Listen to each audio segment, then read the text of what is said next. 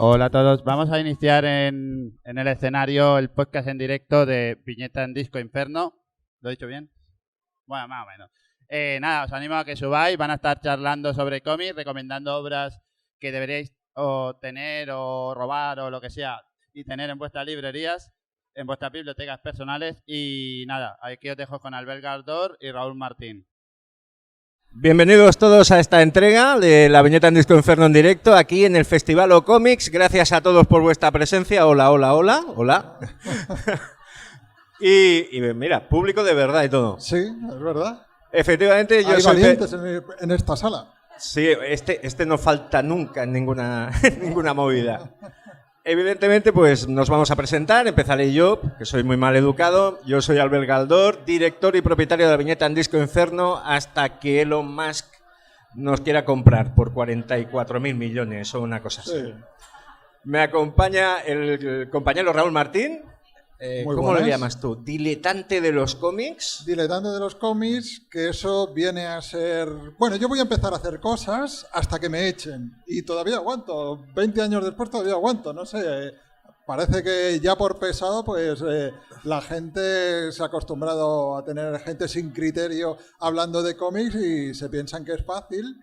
Y no es que sea fácil, pero como cuando no sabes le echas morro, pues acaba siendo fácil. Bueno, pero tú tienes obra publicada, tú has escrito mucho por internet, estabas en Zona Negativa, estabas en ¿qué más estabas? Lo de Matarrant, ¿no? Sí, bueno, pues un poco eso, a fuerza de ir picando en puertas y así, pues comencé con mi propio blog de Vértigo y luego sí, pues he pasado por medios escritos como Zona Negativa, en alguna revistilla como la que tú te referías, de Tomos y Grapas, pero como también hablo como un descosío, pues dije, ostras, esto del podcast es un buen formato porque te cansas menos las manos porque solo tienes que hablar y sí, pues ahí es donde empecé a hacer una, digamos, tortuosa trayectoria por el tema de podcast y también pues, en algún podcast he estado, en concreto en alguno tú y yo hemos compartido micrófono, ¿verdad? Sí,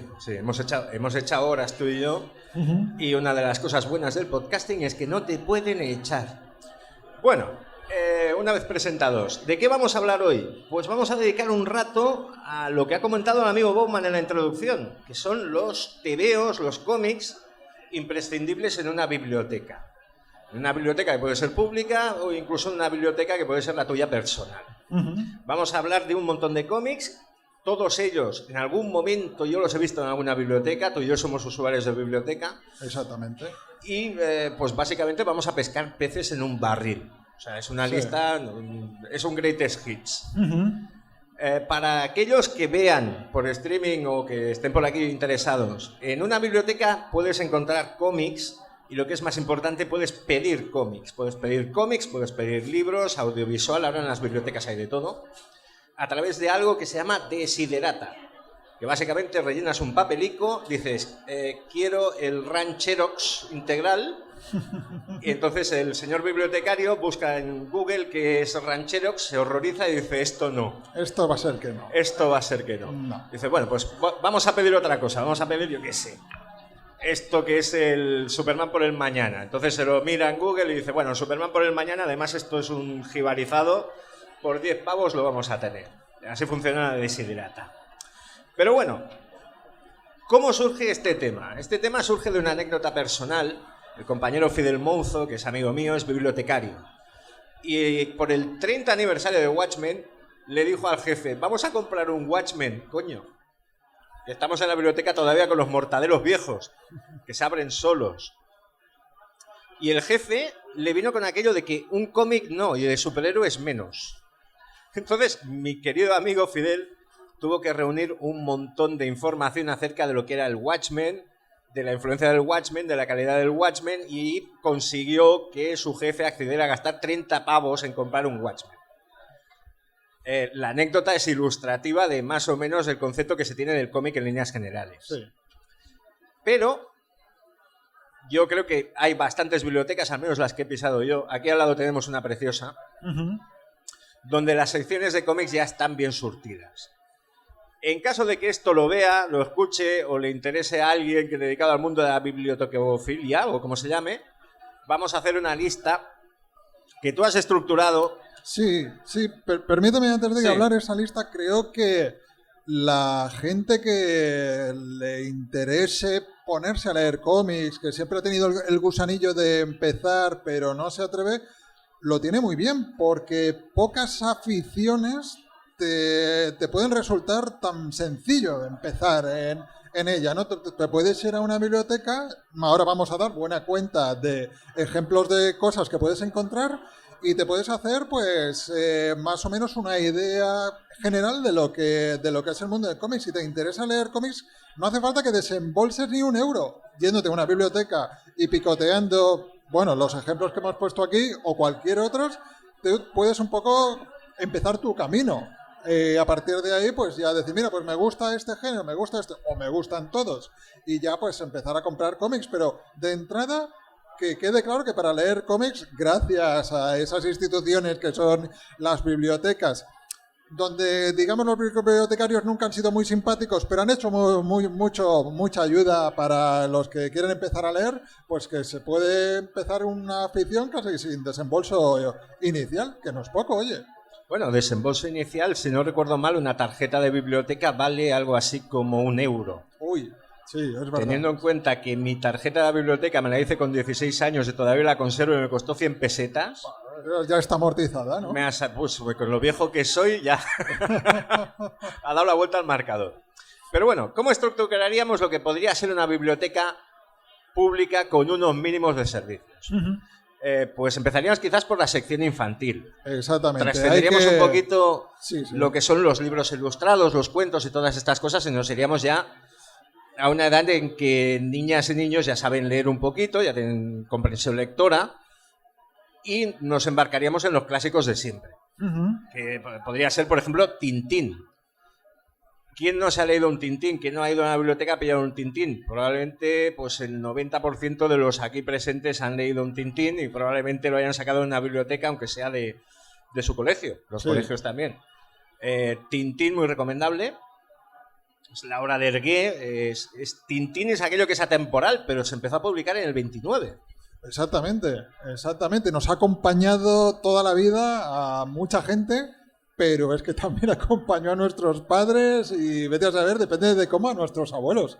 Es algo bastante bueno. Y es un cómic muy importante para eso, ¿no? Para abrir camino, para empezar a acostumbrarte al género de las viñetas, a saber el orden que lo tienes que leer y eso, pues es una recomendación ideal para lectores de edad temprana que quieran empezar un poco a embarcarse en esto, ¿no? Que seguramente luego evolucionarán, pero como primer paso está genial. Tanto Tintín como Asterix son diferentes propuestas, pero que están muy bien, son muy recomendables. Asterix, Spirou, yo que sé, un montón de cosas. Y si me apuras, también podemos meter, como no, pues los clásicos Bruguera, Mortadelos, Zipizapes y demás.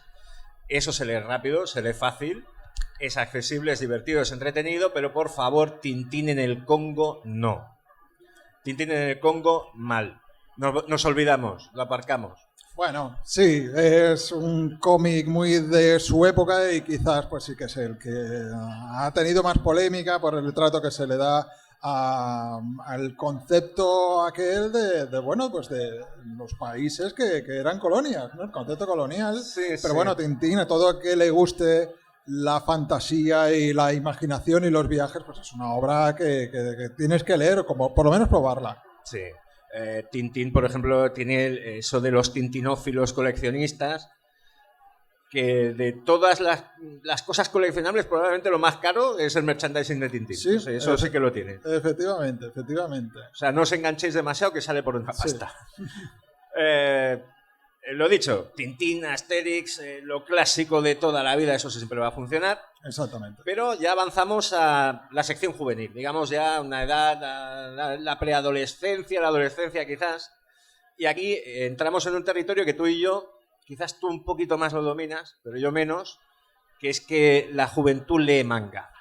Y en las bibliotecas hay manga a morir. Y hay manga en grandes cantidades y yo no quisiera ser el bibliotecario que tiene que hacer la criba de todo lo que se publica en manga y lo considera adecuado. Sí. Bueno, el manga es, yo creo que la punta de lanza del mundo del cómic ahora mismo. En una franja de entre, no lo sé, 12, 19 años, yo me atrevo a decir que es el género más extendido. Y bueno, pues aúna un poco, yo creo que es una gran propuesta para el perfil que tiene ahora mismo la juventud, ¿no? Son obras extensas, pero que suelen ser autoconclusivas, que vienen en tomos bastante voluminosos y te dan para leer, o sea, los puedes disfrutar, tienen un arte gráfico bastante interesante, son accesibles. Y si tú quieres pues leer una serie de manga, pues la puedes leer sin esas farragosas interacciones que tiene, por ejemplo, otro formato muy extendido como es el cómic de superhéroes. O sea que para la gente que quiera ponerse a leer, pasar un buen rato sin complicarse demasiado, el manga es ideal. Y entonces pues hay que animar mucho a la gente que pruebe con el manga porque es una manera de engancharse al cómic muy buena.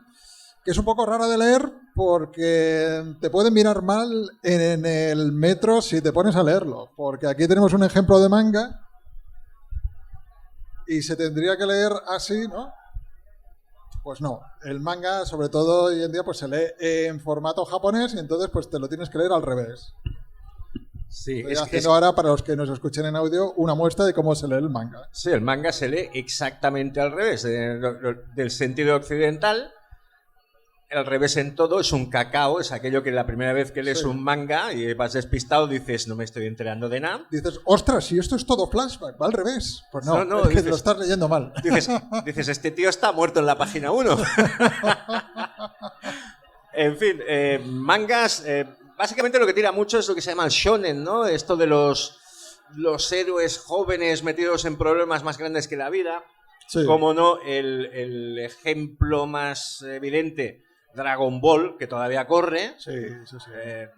Las bibliotecas que dicen, vamos a comprar la colección de Dragon Ball, no saben dónde se están metiendo porque eso no se acaba. Sí. O sea, es una historia río loquísima.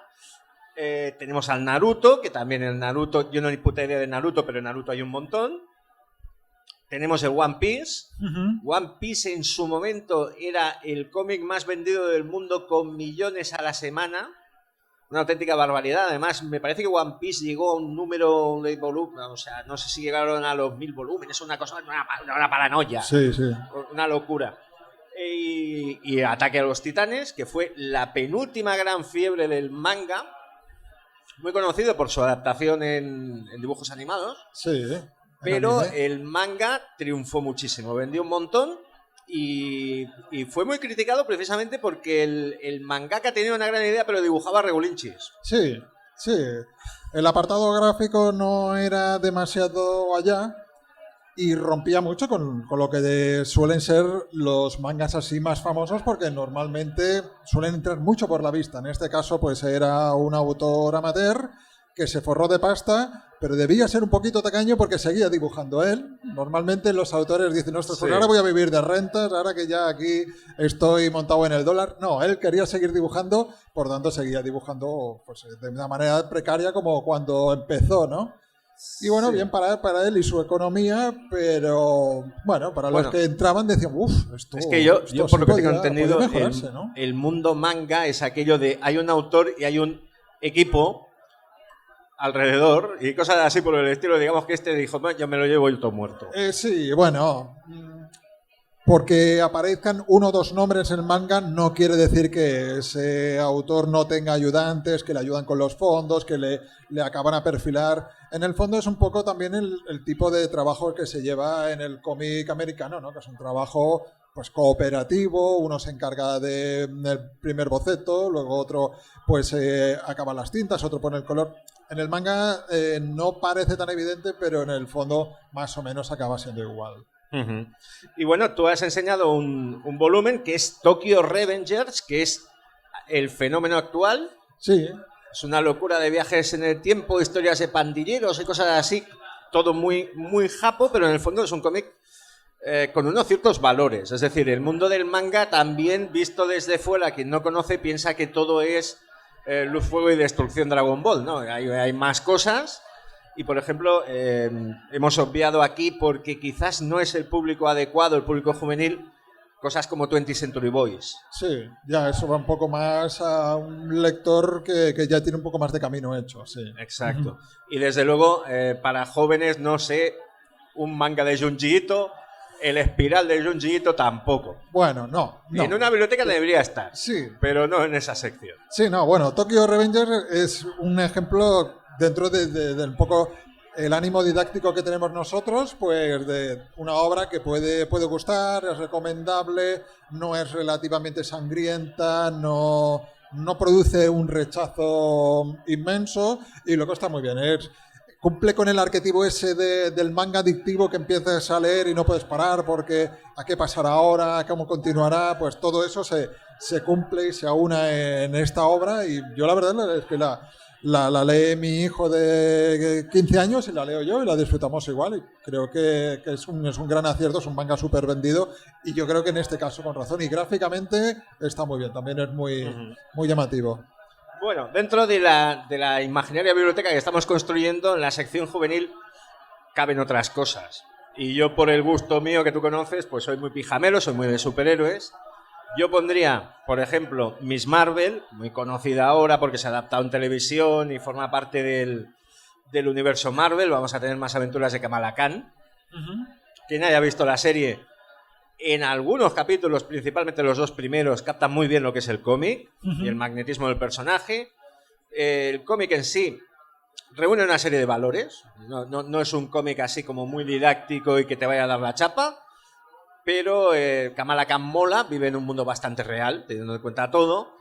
Y lo dicho, pues hay una serie de valores de lo que ahora los carcas llaman lo woke, pero bastante bien administrado. Es una buena recomendación porque hace un reflejo de cómo es la juventud de hoy en día en el sentido de que pues hay mezcla interracial, la protagonista no es el típico arquetipo del superhéroe varón anglosajón y tal, sino que es una chica de origen musulmán en un barrio multirracial y eso está bien porque el cómic tiene que saber llegar al público joven. A nosotros pues ya nos gustará porque lo dibuja tal persona o tiene tal guionista, pero el cómic tiene que saber llegar a la gente, tiene que saber identificarse con la actualidad de la calle y Kamala Khan es un buen ejemplo de un superhéroe que es eso, que sabe a qué público tiene que estar destinado y cumple con ese perfil. Me parece que es un cómic que han acertado mucho creándolo. Sí, también en la misma liga compite, por ejemplo, Miles Morales, el Spider-Man que hemos conocido por el mundo de la animación, en lo audiovisual, sería un personaje con estas características. Y ya algo un poco más macarra y más gamberro, pero que está muy bien y podría estar en cualquier biblioteca en la sección juvenil, es Superhijos. Sí.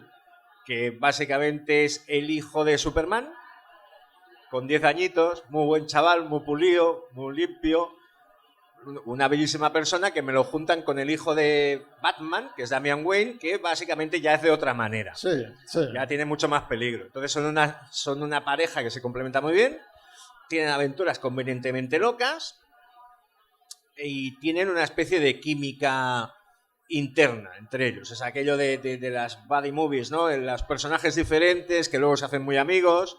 Claro, si tu papá es Superman y el papá de tu colega es Batman, es normal que te peguen unas broncas bastante impresionantes, ¿no? Sí, exactamente. No, también es un buen ejemplo de cómics que puedes dar a gente adolescente de ahora porque es un cómic muy divertido, que tiene también la suerte de que son personajes reconocibles.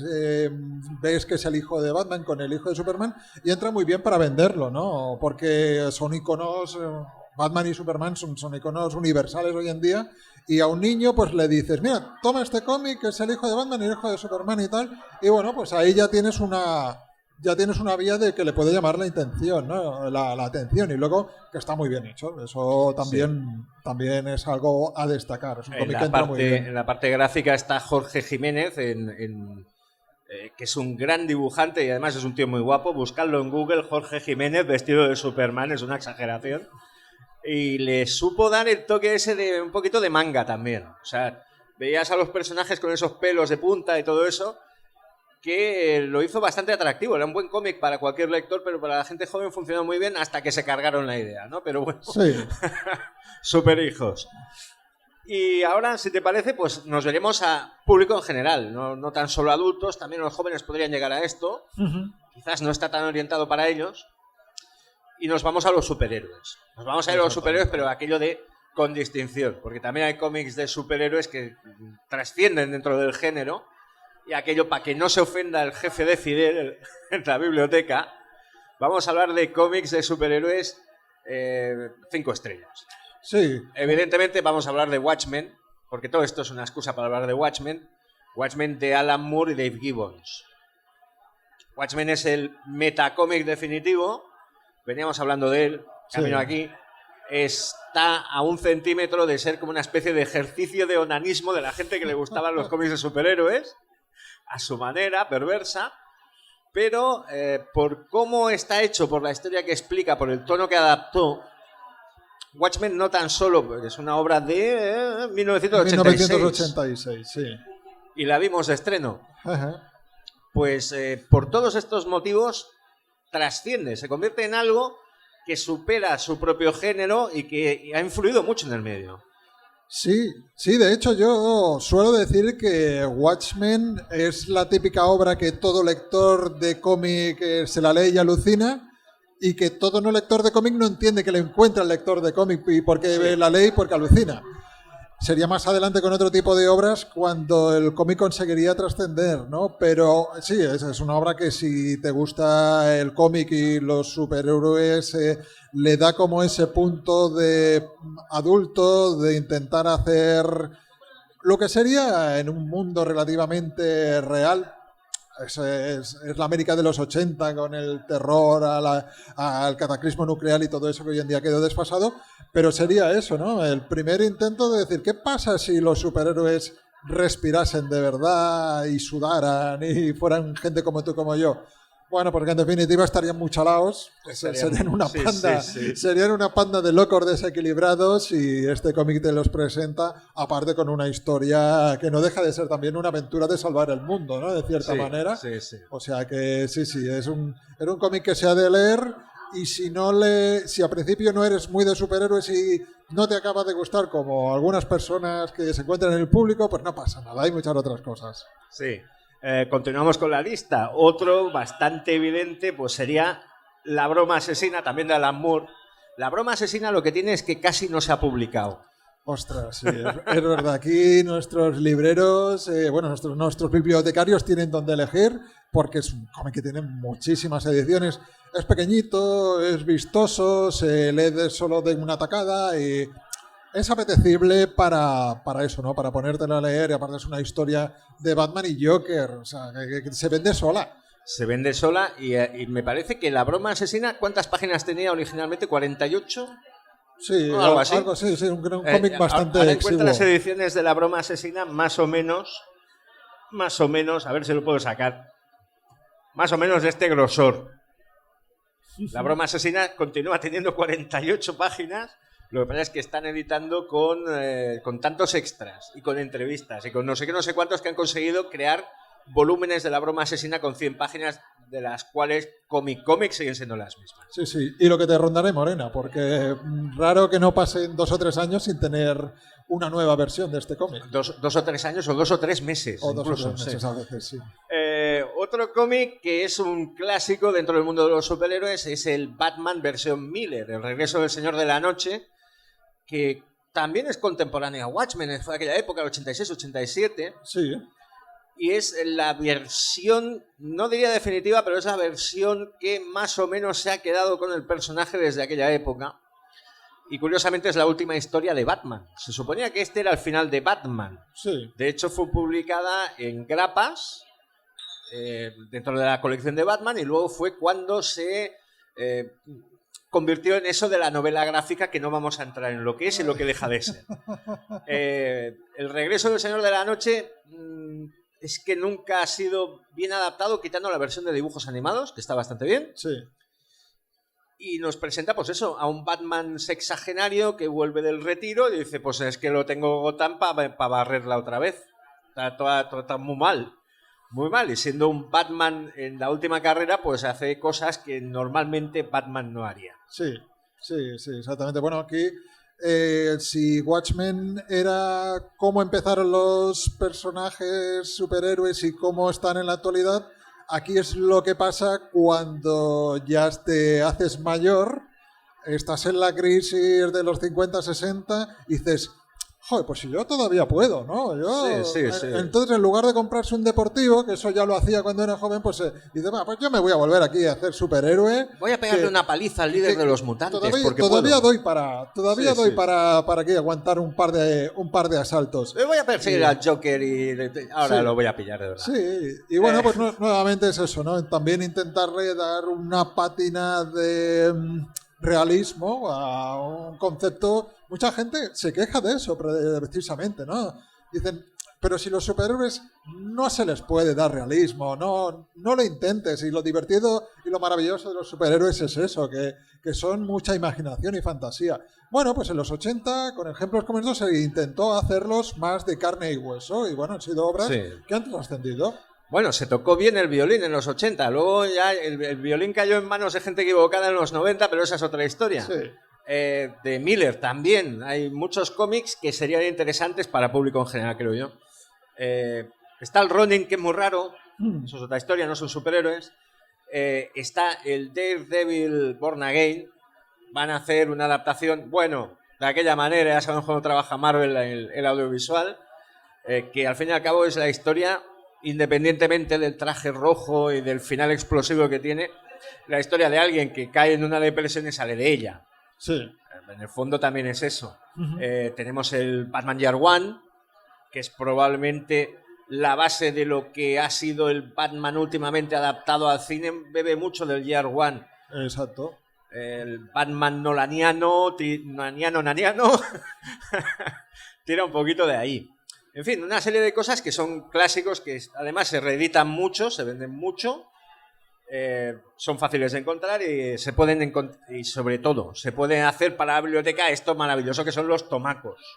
Hoy tienes un tomaco maravilloso del Sandman de Neil Gaiman, que esta edición... Procedo a enseñarlo a la cámara. ¿Esta edición de cuándo es, más o menos?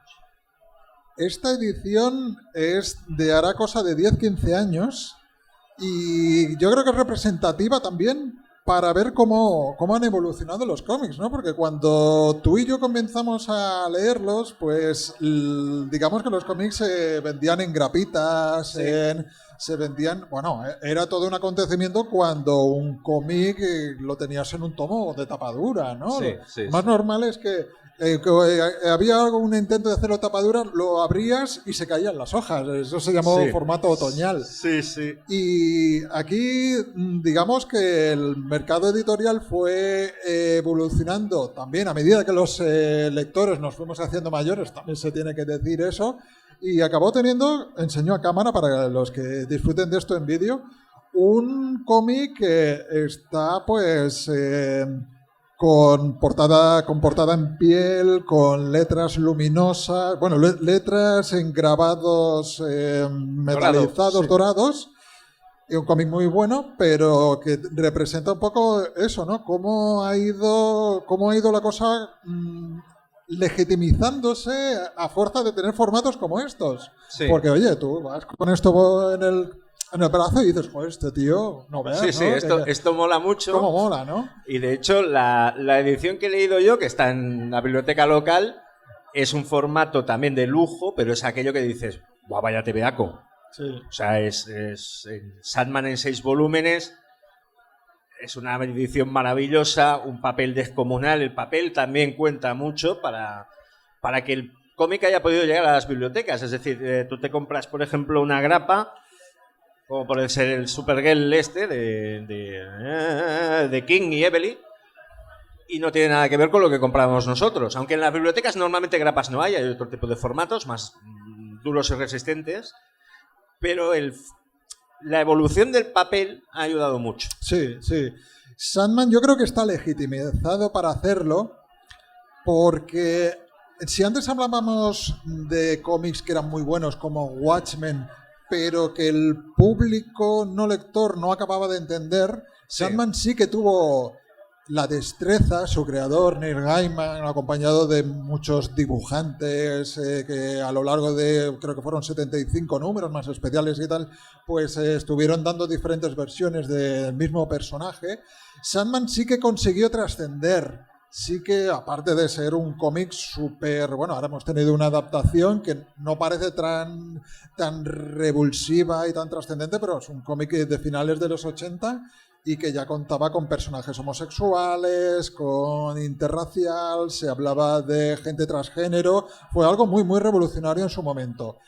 Y consiguió llegar al público masivo, entrando por la gente cultureta que estaba interesada en las diferentes expresiones del arte, pero que luego dio un salto y te daba la casualidad de gente que no leía cómics habitualmente que sí que leía Sandman. Entonces creo yo que es importante que este cómic lo atesoremos todos, porque hizo que entrase mucha gente al mundo del cómic, otros perfiles, gente ya universitaria, gente incluso de 30, 40 años de clase media que se volcaba en el cómic, y todo eso fue precisamente gracias a la obra de Neil Gaiman, concretamente a Sandman. Entonces, pues, Neil Gaiman te lo agradeceremos toda la vida.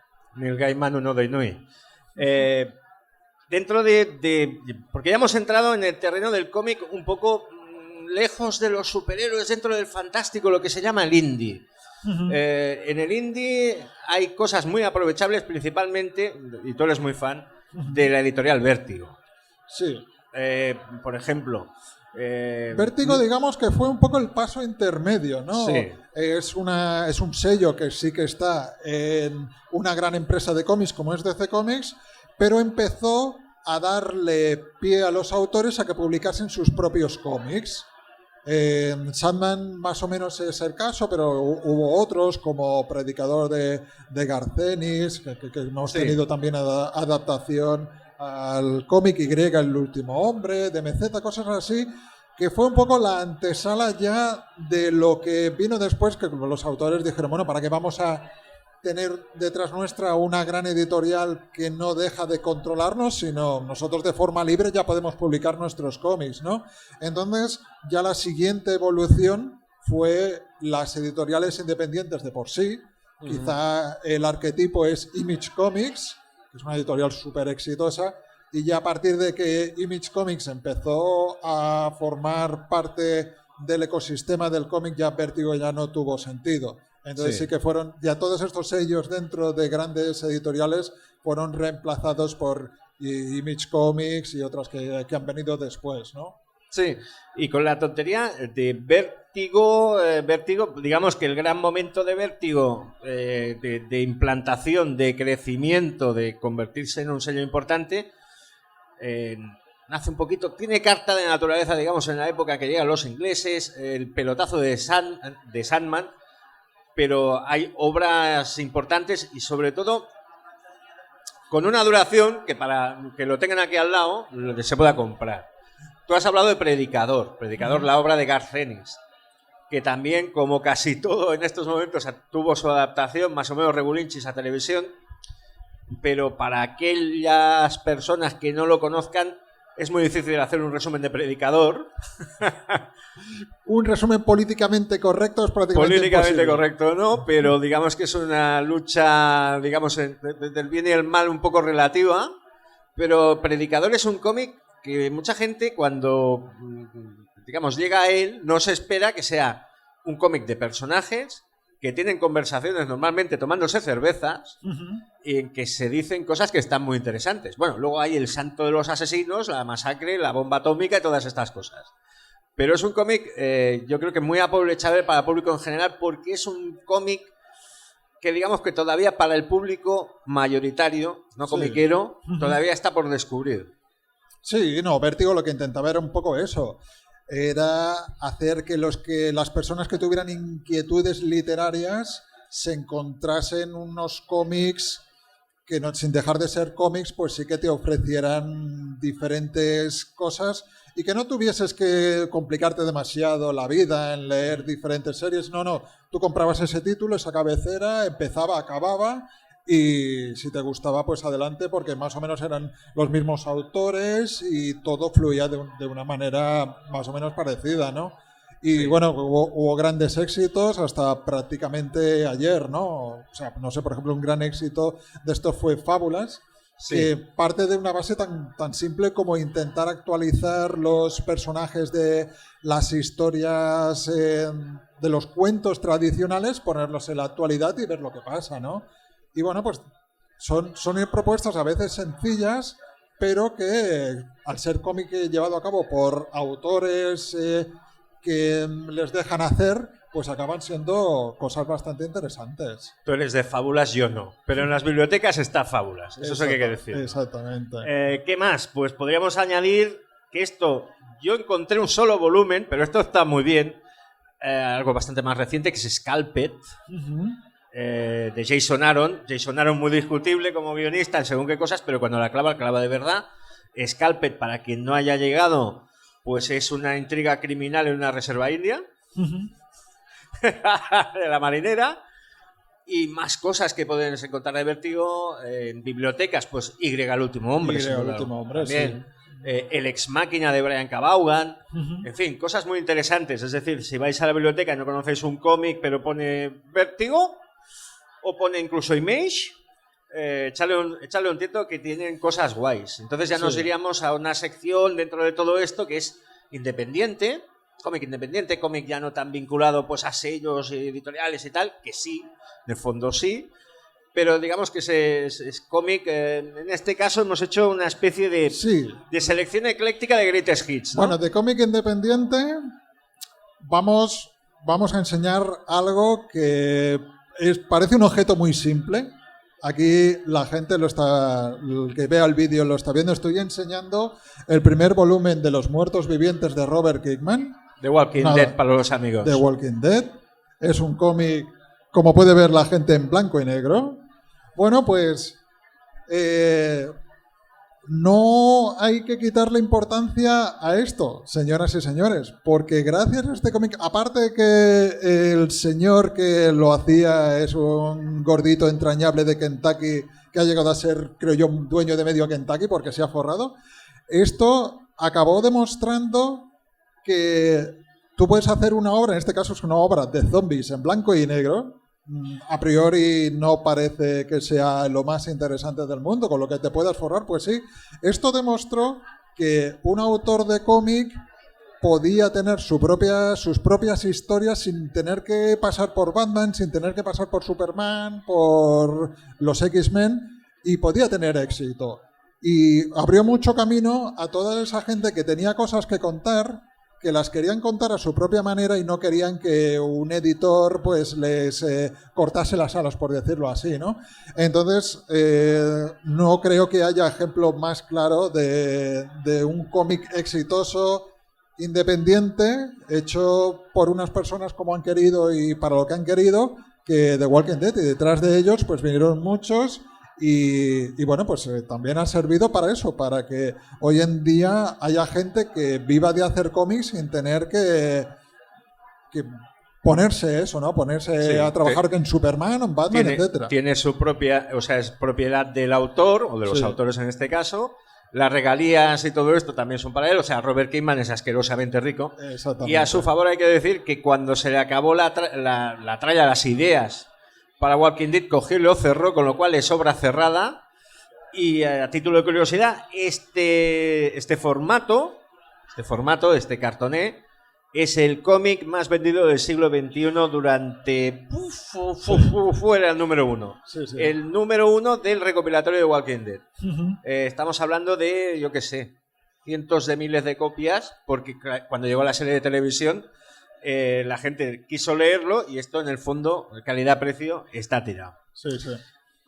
¿Qué Aquí más podemos hablar? En Elo Comics hay muchos cómics en blanco y negro dibujados y creados por pocos artistas. No los desprestigiéis. Dales una oportunidad, que nunca se sabe dónde puede estar el próximo de Walking Dead. Exacto. Más cosas. De cómic indie. La última, o la sensación de finales de la década pasada, Saga, de Brian K. Vaughan y Fiona Staples. Exactamente. Aquí tenemos el ejemplo de autores que dejan de trabajar en superhéroes y se montan su cómic y, bueno, pues también un exitazo tremendo. En este caso, pues es una obra de ciencia ficción, es una epopeya de fantasía y ciencia ficción, también con mucho sentido del humor, muy transgresora, hablando de muchos tipos de situaciones personales. No deja de ser una metáfora, como toda la ciencia ficción en realidad, ¿no? No deja de ser una metáfora de la actualidad, ¿no? Que bueno, pues es un cómic de una relación de pareja, gente que se conoce, sí que es verdad que se conocen en situaciones muy peculiares, se conocen, deciden empezar un camino juntos, tienen un hijo y a partir de ahí pues van pasando cosas, ¿no? Bueno, algo muy simple. Van pasando cosas, digamos que es Romeo y Julieta en Star Wars con personajes poliadictos a muchas sustancias. También hay que decir que Saga es extraordinariamente raro. Saga tuvo mucho seguimiento y, como te lo diría, hubo gente que se bajó y hubo gente que se continuó subiendo. Es decir, Saga va a gusto del consumidor y, por lo que tengo entendido, Vaughan y Fiona Staples a ver si lo acaban un año de estos, porque tuvieron parón. Pero claro, mientras publicaron como iban vendiendo un montón y ganando premios, pues es aquello que claro, pues ya ya haremos, ¿no? Llevas más tiempo tú en tu podcast y no has ganado ningún premio, o sea que a ellos les tienes que recriminar que vayan acabando. A ver, no me hagas hablar de los premios de podcast porque no tenemos premios porque no queremos. Bueno, sí, pero solo decir eso, que tú llevas más tiempo y no lo has acabado todavía. Ahí estamos. Bueno, y otra cosa que también está en bibliotecas, y esto sí que me extraña, yo lo he visto en biblioteca, es Clase Letal, de Rick Remender y Wes Craig. Clase Letal para despistados. Se explica en 2 patadas. Clase Letal es Harry Potter en un colegio de asesinos. Ahí está. En los años 80 con gente muy mala. O sea, tú tienes un niño, lo quieres meter en la mafia, lo mandas aquí, al colegio este. Sí. Pues es cómic independiente puro y duro. Es empezar una historia con una premisa muy básica, que no deja de ser eso, coger el concepto de una escuela privada donde se trata un tema en concreto, en lugar de ser la magia, pues te enseñan a cómo ser un asesino perfecto y a partir de ahí vas tirando millas. Y en el fondo es el pretexto pues eso, para hablar de la juventud, para hablar de las relaciones de amistad que se forjan cuando tienes 15, 20 años. Y también pues es una obra de Rick Remender que le ha dado tremendos éxitos, tremendas alegrías y también a los lectores. O sea que sí, muy bien, y que sobre todo notas que estás leyendo cómic independiente cuando puedes mezclar drogas, sexo, juergas y tal con pensamientos profundos, ¿no? Eso no lo vas a encontrar en Batman, por ejemplo. Es el 1985 de fuera de la memoria que tenemos todos del cine de Spielberg, Amblin y todas estas cosas. Exactamente. Y La chica de rosa, no, era 1985 del punk, el punk en California. Y la plaga de las drogas y las jeringuillas y un poco de violencia urbana que había. Exactamente. Clase Letal, 100% recomendable, y te estoy mirando a ti. Apuntároslo. Bueno, sigamos con cómics. Ya no es una cuestión de independiente o no independiente, digamos que nos vamos a escapar de fantasías, ciencia ficción, superhéroes, aventuras, y nos vamos con lo que sería el cómic serio de calité, el que habla de la vida y de las cosas que importan, ¿no? A ver, hemos traído solo un par, que son muy buenos cómics. Está el Palestina de Joe Sacco, que es el único cómic que ha ganado un premio Pulitzer de periodismo. Joe Sacco es un creador de cómics que se fue a Palestina y preguntó a la gente cómo lo llevaban esto de Palestina a Israel, la ocupación, los puntos de vista, lo que les ocurría al día a día, cómo se vivía allí en la época más o menos de la intifada, la primera intifada. O sea, ahora ya, vete a saber. Y hizo un cómic. Joe Sacco no es un gran dibujante, pero secuencialmente, es decir, se puede leer muy bien, se entiende, sin tener un dibujo precisamente muy sofisticado. Es un clásico y además yo creo que cumple con el objetivo de explicarte qué narices está pasando allí, poniendo el foco en la gente que lo está viviendo. Sí.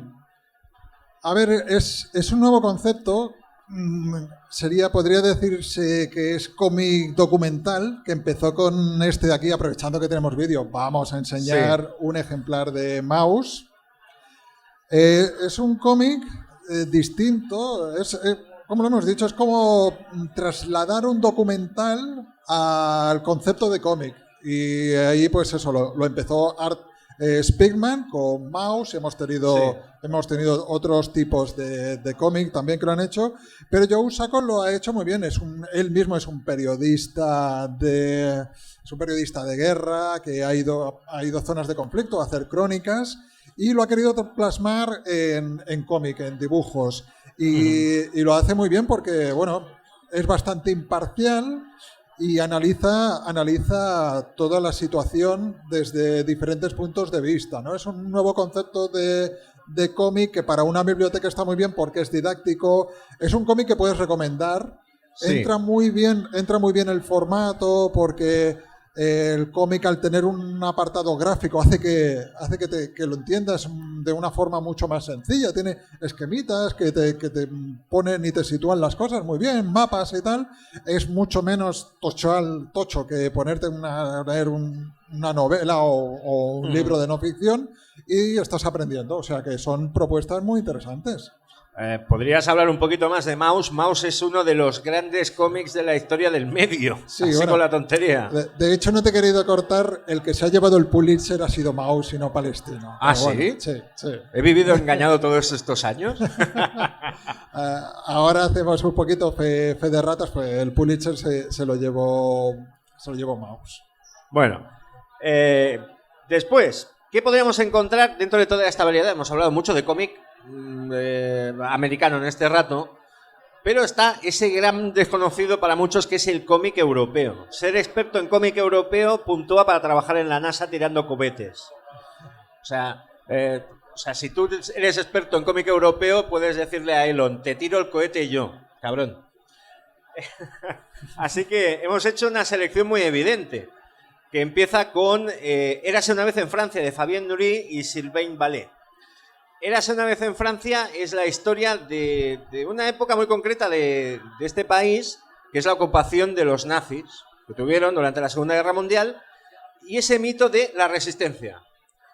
Mi abuelo estaba en la resistencia. Dice, no, Jean-Marc Peláez, tu abuelo no estaba en la resistencia. Te dijo que estaba en la resistencia eran 4.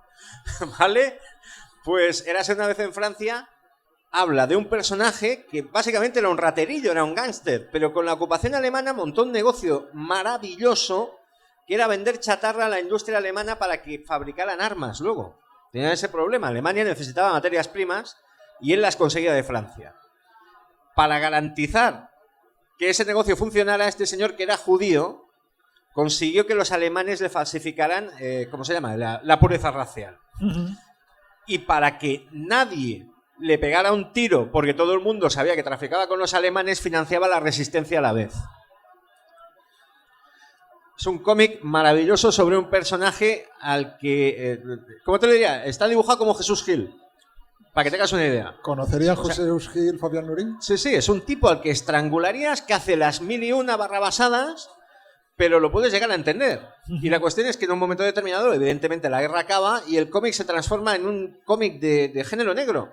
Porque un juez francés lo quiere enchilonar y este hombre profundamente millonario sigue teniendo contactos por todas partes.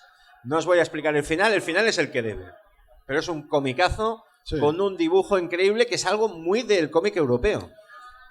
Una cosa que envidio yo del cómic europeo es la libertad que tienen a la hora de tocar géneros y diferentes propuestas. Eso todavía se mantiene, eso está muy bien. Te puedes encontrar cómic europeo que hable de cosas, de historias de época, cosas de la Segunda Guerra Mundial, la actualidad. Eso es algo que muy pocos géneros de cómic consiguen hacerlo de una forma tan normalizada. Eso está muy bien. Que un autor te puede hablar sin encasillarse. Fabien Nury, por ejemplo, ha hecho también cómics bélicos ambientados en África y está y también se ha ido a la Rusia postzarista a explicar cosas. Está muy bien. Desde luego, el cómic europeo te permite mucha variedad de géneros y de historias diferentes y todas se leen, todas tienen su salida y en ese sentido es de envidiar. Sí, es un auténtico océano, pero estamos hablando del cómic, lo que se llama franco-belga. Franco-belga, sí. Los franceses tienen muy mala fama, básicamente, porque son franceses. ¿Qué van a hacerle? Pero sí que tienen una industria. Y esa industria genera. Y esa industria los autores disponen de tiempo. Lo cual eleva, por ejemplo, el nivel gráfico de las cosas. Os podría hablar de cosas como Trolls de Troy, que es maravilloso, que es como una versión perversa del Señor de los Anillos muy coñona. Os podría hablar, yo qué sé, de lo que tenemos aquí, del amigo Enrico Marini, que ahora, por ejemplo, está trabajando bastante para DC, haciendo cosas locas de Batman, que él sabe muy bien. Sí. Bueno, si hubiera una superestrella en el mundo del cómic del álbum europeo, yo creo que esa etiqueta se le tendría que poner a Enrico Marini. Nuevamente estoy enseñando uno de sus álbumes aquí a la cámara. Enrico Marini es un autor que un poco cumple con lo que he dicho antes. Te puede hacer una historia, empezó de hecho con una historia de camioneros en el futuro, pero ha hecho historias de personajes bandidos en la Francia del renacentista. Este cómic que estoy enseñando, que se titula Las Águilas de Roma, pues no deja de ser un peplum en la historia romana. Ha hecho historias de vampiros como los rapaces y sin ningún tipo de complejos, y todos se han vendido muy bien.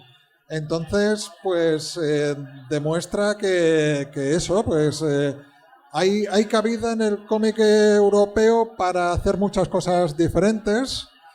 Aquí sí que decimos que el bueno de Enrico Marini tiene un punto común, que es dibujar escenas de sexo y chicas muy guapas. Eso.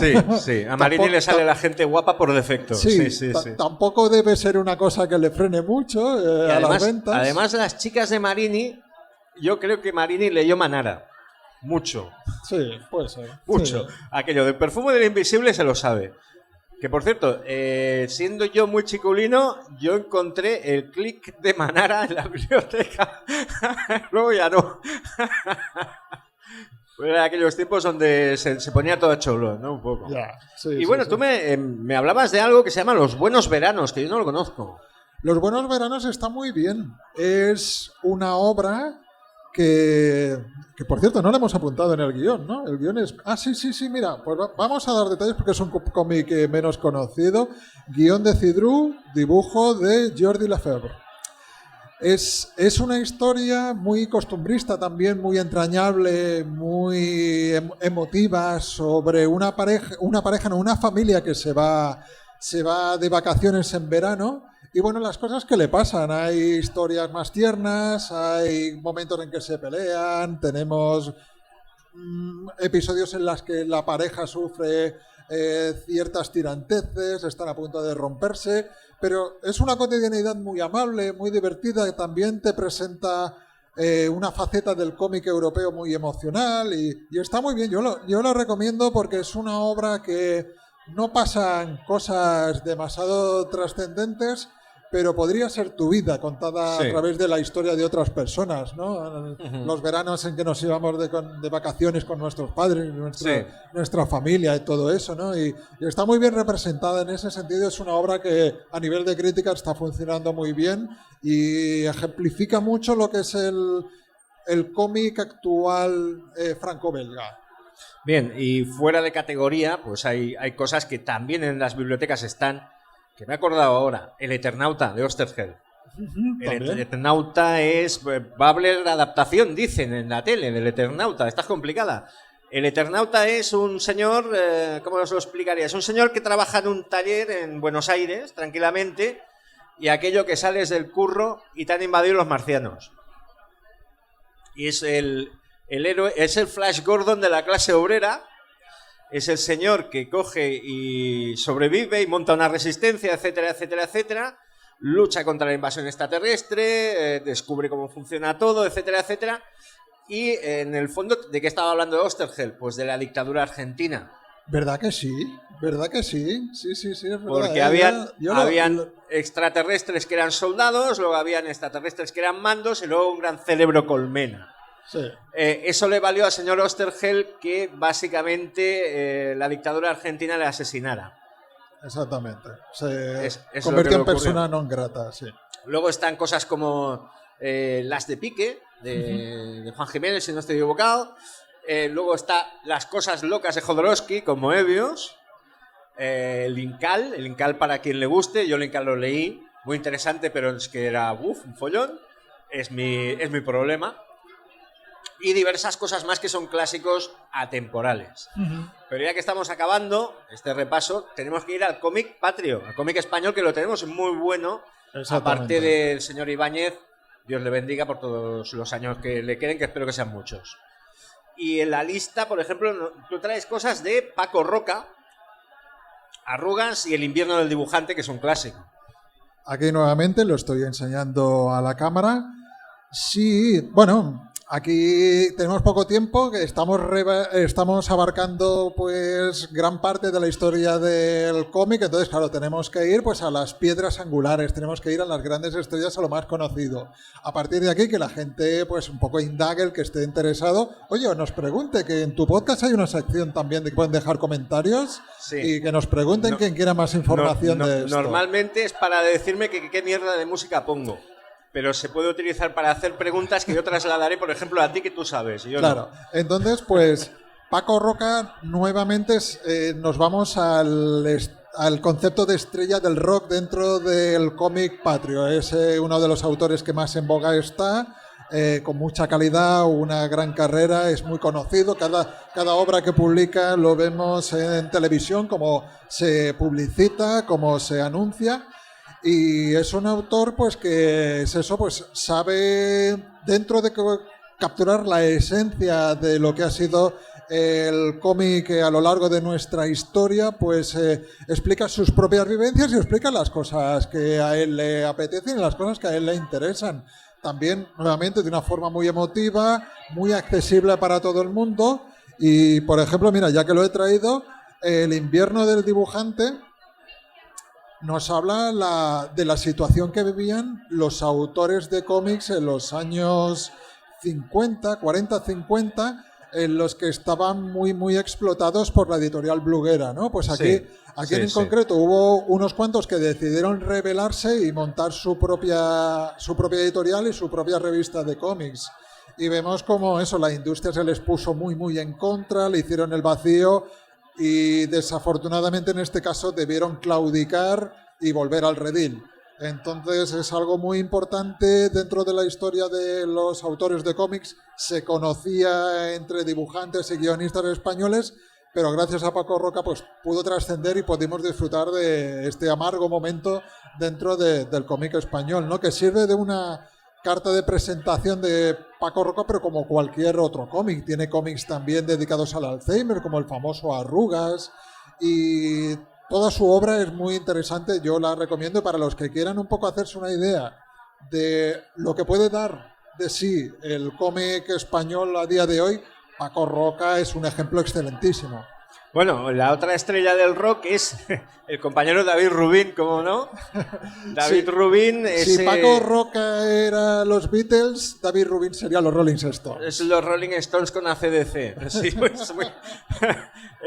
es un... Por ejemplo, su estilo de dibujo es ese feísmo hermoso. O sea, no es canónico, pero es fascinante. O sea, es un gran narrador, es un tío con universos en la cabeza.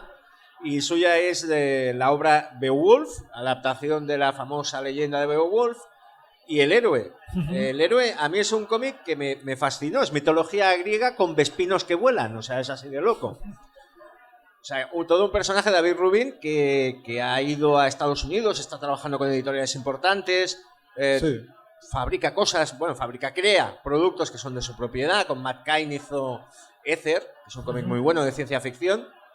Y todo lo de David Rubin vale porque está muy bien explicado, es sorprendentemente original. Sí. No tendría que gustarte, pero te vas empujando, y las obras de Rubin, por ejemplo, tienen un cierto volumen. Sí, mucha fuerza gráfica también. Pictóricamente David Rubin es un puñetazo. Cada viñeta suya se nota la energía, se nota la fuerza, la contundencia. Es un autor con mucha personalidad que en Estados Unidos sí, que se lo subastan porque, claro, llegó como un desconocido, vieron la calidad que tenía y desde luego pues no paran de pedirle cosas. Él afortunadamente transita entre el mercado español y el mercado americano y desde luego porque quiere, porque en Estados Unidos podría labrarse una carrera perfectamente exitosa. Pero sí que está muy comprometido con los cómics que se hacen aquí en España y afortunadamente no se ha olvidado del mercado nacional. En otro orden de cosas, fuera de lista, Black Sat. Sí, Otro mega éxito. Sí. El detective es el gato antropomorfo negro que vive historias de intriga y género negro en la América muy interesante, la América de la posguerra, ¿no? La América de los 50, está a punto de... Bueno, está la Guerra Fría, hay espionaje, mujeres fatales, está el racismo, está, yo qué sé, por ejemplo... la historia que acontece en el carnaval de Nueva Orleans, que básicamente pues, es una historia muy simple, pero es aquello de como tengo un dibujante maravilloso que me lo hace todo chupi, pues voy a hacer el carnaval de Nueva Orleans y por qué no. Black Sat, de lo más recomendable que se puede leer. Sí. Para cualquiera, independientemente de que sea español o no sea español, que es publicado en Francia básicamente. Y nos vamos con el último de la lista que tendría que estar en la biblioteca y de hecho lo está. García, la serie esta que ha lanzado HBO. Con exclamaciones, ¡García! ¡García! ¿García de qué va? García, pues básicamente es Roberto Alcázar y Pedrín.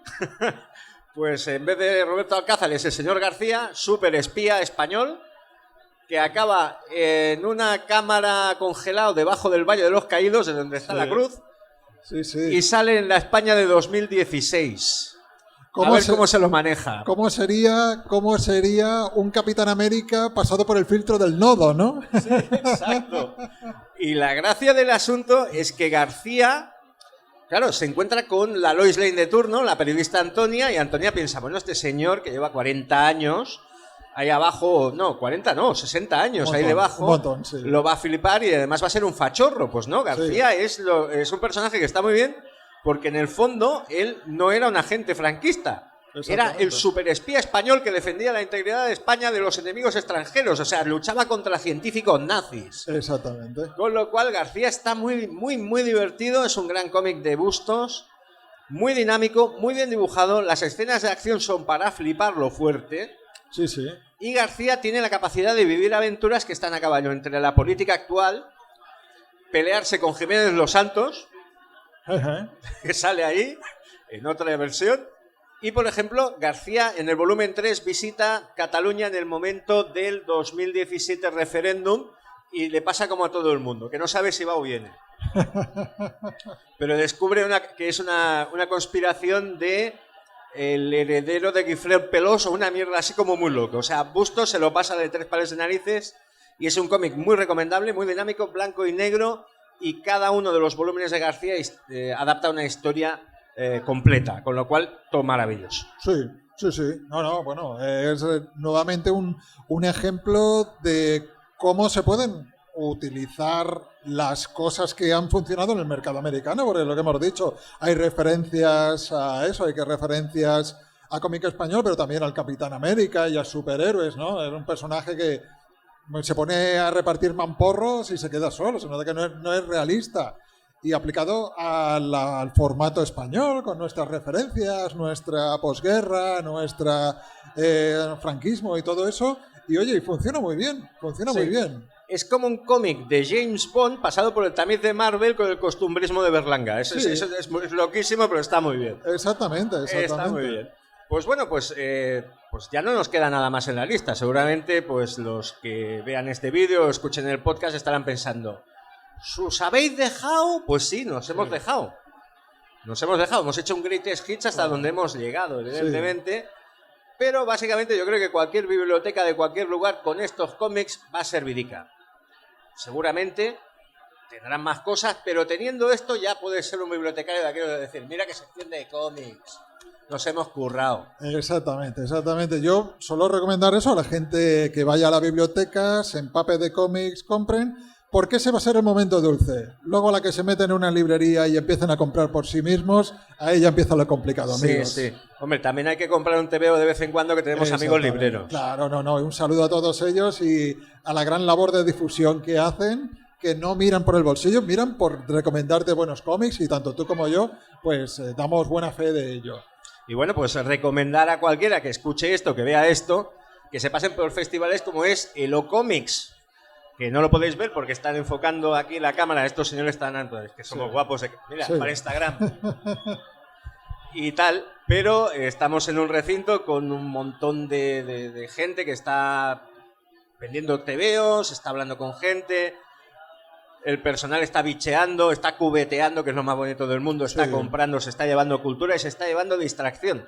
No, aquí yo estoy viendo mucha gente joven que tiene unas propuestas gráficas excelentes. Algo voy a picar porque antes sí ya me he dado una vuelta y he visto cosas que están muy, bueno, con un nivelazo. Para ser chavales jóvenes que están empezando, me parece un nivel encomiable. Traducido, nos vamos a levantar. Yo ya tengo gastados 15 pavos, o sea, ya sé dónde voy a ir a buscar lo que quiero, y tú más o menos por ahí. Bueno, sí, algo caerá. Algo caerá, y luego nos iremos a comer, qué demonios. Yo ahora, si me permitís, a esa chica de ahí que ha estado tan atenta, le voy a regalar estos cómics para que se los lleve a casa. Bueno, a la de al lado le regalamos estos también. Sí, pues estoy aprovechando que estoy fuera. Pues bien, esto ha sido la entrega en directo en el O-Comics de la viñeta en Disco Inferno. Muchas gracias a los que habéis estado aquí, especialmente, y te lo digo de verdad a ti, y a los que habéis visto esto, los que vais a escucharlo en un podcast, muchas gracias por vuestra atención, y en 15 días habrá otra viñeta en Disco Inferno donde hablaré de películas de mierda, que es lo que la gente quiere. Vaya puta vergüenza. Ya, este ha sido el podcast bueno del mes. O del año. Tengo un montón de gente que son unos viciosos. Ya te contaré luego. Bueno, lo dejamos con una canción porque, no lo he dicho antes, aquí hay spoilers y música sujeta a derechos por los acuerdos de iVoox con la SGAE. Hasta otra. Un saludo, diletantes.